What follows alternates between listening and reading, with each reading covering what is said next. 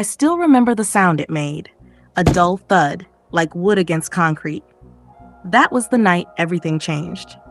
I was on my knees, reaching under the bed to find a lost earring when my fingers brushed something solid, cold, heavy, wooden. I thought maybe it was one of the old storage boxes my mother left after she passed. But when I pulled it out and saw my name carved across the lid, Debbie, everything inside me stilled. I hadn't lived in that house for more than a few weeks. I'd moved back after my mother's death, hoping the quiet would help me reset. Heal, maybe. But that night, as I sat cross-legged on the floor, the dim light flickering from my bedside lamp, I could already feel that something was off. The box was small, about the size of a shoebox, but old, the kind of wood that carries a smell of rain and dust and memories. My name wasn't written neatly. It looked scratched, like someone carved it with trembling hands, and also underneath, faint but visible, were 3 more words: "Do not open." I should have listened to that warning. I should have pushed it right back under the bed, forgotten it ever existed. But curiosity has always been my curse. It's the same reason I lost my fiancé, the same reason I can't sleep at night without overthinking everything. So I opened it. Inside were letters, dozens of them, neatly tied with a red ribbon that had faded into brown. The paper was yellowed, the ink almost bled away in places. They looked ancient, yet strangely familiar. There was also a small Polaroid picture of a man I didn't recognize. He stood beside a white house, smiling faintly, eyes shadowed by the brim of a cap. On the back, written in slanted handwriting, "For when she remembers." I froze. When she remembers? Remembers what? I untied the ribbon and picked the first letter. It was dated June 12, 2005. I was 9 years old then. "My dearest Debbie, if you're reading this, it means you found the box. And if you found it, then time has done its cruel work. I don't know what you remember or what you've been told, but I need you to understand something. Nothing about that night was your fault. Love, Dad." I stared at the words until they blurred. Dad? My father had died when I was 6. That's what Mom told me. A car accident, sudden and tragic. But this letter was dated 3 years after that. I reread it again, slower this time, my heart hammering. Something inside me began to shake, like a door I didn't even know existed had just cracked open. That night, I didn't sleep. I sat on my bed, surrounded by those letters, reading one after another, each one revealing pieces of a life that didn't match the one I remembered. The letters weren't in order. Some were torn, some smudged with what looked like tears, but every one of them began the same way, with "My dearest Debbie." He wrote about how much he missed me, about watching me from afar, about wanting to protect me, but not being allowed to. He mentioned a woman named Margaret, my mother, and how she had taken me away one night, claiming it was for my safety. One line made my breath catch completely, which says, "Your mother thinks I'm dangerous, but I swear to you I never meant to hurt anyone. You just weren't supposed to see that night." That night? I kept coming back to those 2 words. I don't know why, but they made something flicker in my memory, like the faint edge of a dream. A scream, a slammed door, and a man's voice shouting my name. But every time I tried to remember more, it slipped away, like trying to hold smoke. By the 5th letter, I started shaking. It says, "I've been trying to get help, Lena. They don't believe me. They said what I saw wasn't real, but I know it was. The shadows in that house weren't normal. The mirrors would move when no one was near them. And your mother, she changed after that night. You must promise me, never go back to the old house. Promise me." That line stopped me cold. The old house. I thought this was the old house, the one I grew up in, the only one I ever remembered. But something about that letter made me realize maybe I'd only been told part of the truth. The next morning, I called Aunt Rose, my mother's sister. She was the only family I had left. "Aunt Rose," I said, trying to sound casual, "did Mom and Dad ever live somewhere else before this house?" The silence she had on the line was long, too long. Finally, she said quietly, "Why are you asking that, sweetheart?" I hesitated and said, "I found something, a box with letters from Dad."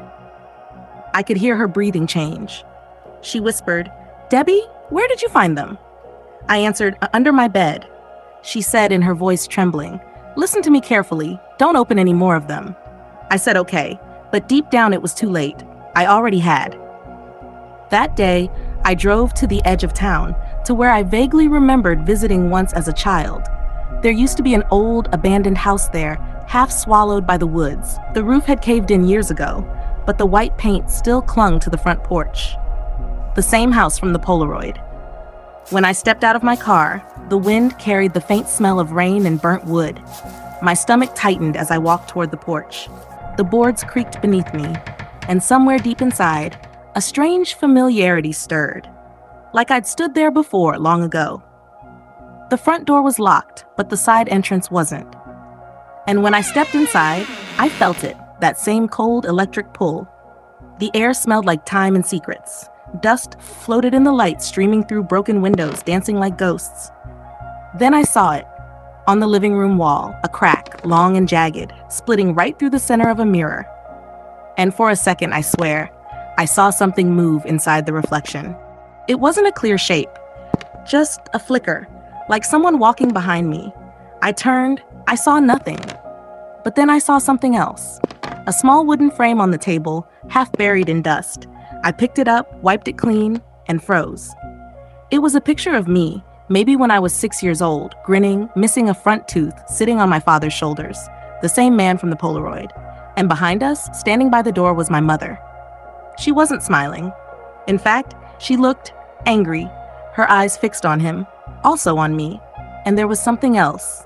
In the background, behind her shoulder, a shadow, faint but distinct, shaped like a man, but wrong somehow, its edges blurred, its presence watching. I stumbled back, nearly dropping the frame. I whispered, "What the hell was this?" That's when I heard it. A faint, hollow sound, like footsteps, upstairs. My heart pounded as I took the stairs, one creaking step at a time. The air grew colder the higher I went. The second floor was mostly empty, doors missing, wallpaper peeling. Then I saw the one room that wasn't covered in dust. A child's room. It was mine. The wallpaper was still pink with faded stars. A small wooden bed stood against the far wall, and beside it, another box. This one was open. Inside were drawings, my drawings. Crayon scribbles of a house, a man, a woman, and a small girl. But on the last page, the figures changed. The man had red marks all over him, lines that looked like blood. The girl's eyes were black circles, and the mother had no face. Suddenly, I heard something. A whisper, close to my ear. My name. Debbie? I spun around. No one was there. But in the mirror by the wall, I saw movement. A reflection of someone standing behind me. I screamed, turned, and the room was empty. The letters flashed through my mind. The mirrors move when no one is near them. I ran out of that house like the ground was on fire. That night, I couldn't stop shaking. My mind was racing. I needed answers, real answers. So I did what I should have done first. I went through my mother's old things. Her journals, her documents, anything that could explain. Buried in a box in the attic, I found a birth certificate. Mine. But it wasn't what I expected. My last name wasn't hers. It was William.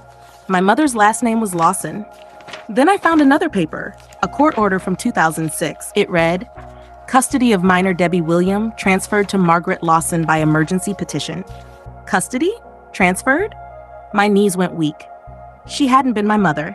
She'd been my guardian. I confronted Aunt Rose the next morning. I drove to her house, my heart pounding the whole way. She looked pale when she opened the door, and she said quietly, "You've been reading the letters, haven't you?" I nodded. She said, "You deserve to know, Lena. You were too young back then to understand." She told me everything. My biological father, Nathan William, was a researcher.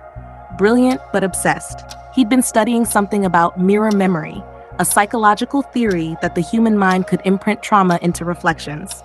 It started as science, but after a lab fire killed his assistant, he became convinced something had followed him home. He said the mirrors were alive. Aunt Rose whispered that they were watching. Your mother thought he was losing his mind. Then one night, there was screaming. The neighbors found the house in ruins, broken glass everywhere, your mother gone and you hiding under the bed.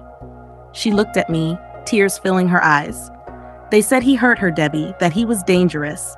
That's why Margaret, your mother's sister, took you away. She wanted to protect you. I swallowed hard. But what if he was telling the truth? Aunt Rose shook her head. Sweetheart, some things aren't meant to be remembered. I stood up and left. When I got back home, I opened the last letter in the box. It was sealed differently, wax stamped, like something sacred. Inside, it said, "If you're reading this, I'm gone. They won't let me see you again, but I can't leave without telling you the truth." What happened that night wasn't madness. It was protection. There was something in the mirror, a reflection that moved on its own. Your mother tried to destroy it, but it wouldn't stop. I broke the mirror. I thought it ended there, but the reflection didn't die, it moved into her. If you see her again, don't look in her eyes. I love you, always. My chest tightened. For the first time, the image in my mind became clear, the night I'd buried for decades. My mom. Margaret, standing in front of the mirror screaming, my father shouting her name, then her reflection moving before she did. And me, hiding under the bed, trembling, watching it all unfold through the mirror's fractured light. I sat on the floor staring at the box. Suddenly, I noticed something I hadn't before, a small keyhole at the bottom. There was no key, but I remembered something from the attic, a small metal pendant I'd worn as a child. It had always felt oddly heavy, and inside it I'd once found a tiny key. I never knew what it was for. It fit perfectly. When I turned it, the bottom of the box popped open. Inside was a single folded photograph and another note. The photograph showed me, at maybe 7 years old, standing beside a woman who looked exactly like Margaret, but older. The note beneath it said, "If you ever see her again, run." At night, I woke up to a sound, a faint knocking. From under the bed, my blood ran cold. I reached for the lamp, my hand trembling, and slowly leaned down. The box was gone. And then I heard it, a whisper, "Debbie." It was my mother's voice. I turned toward the door, and there she was. Margaret, or whatever was left of her. Her eyes were hollow, her smile wrong, her reflection in the mirror delayed. I stumbled back, clutching the letter, whispering through tears, "You're not her."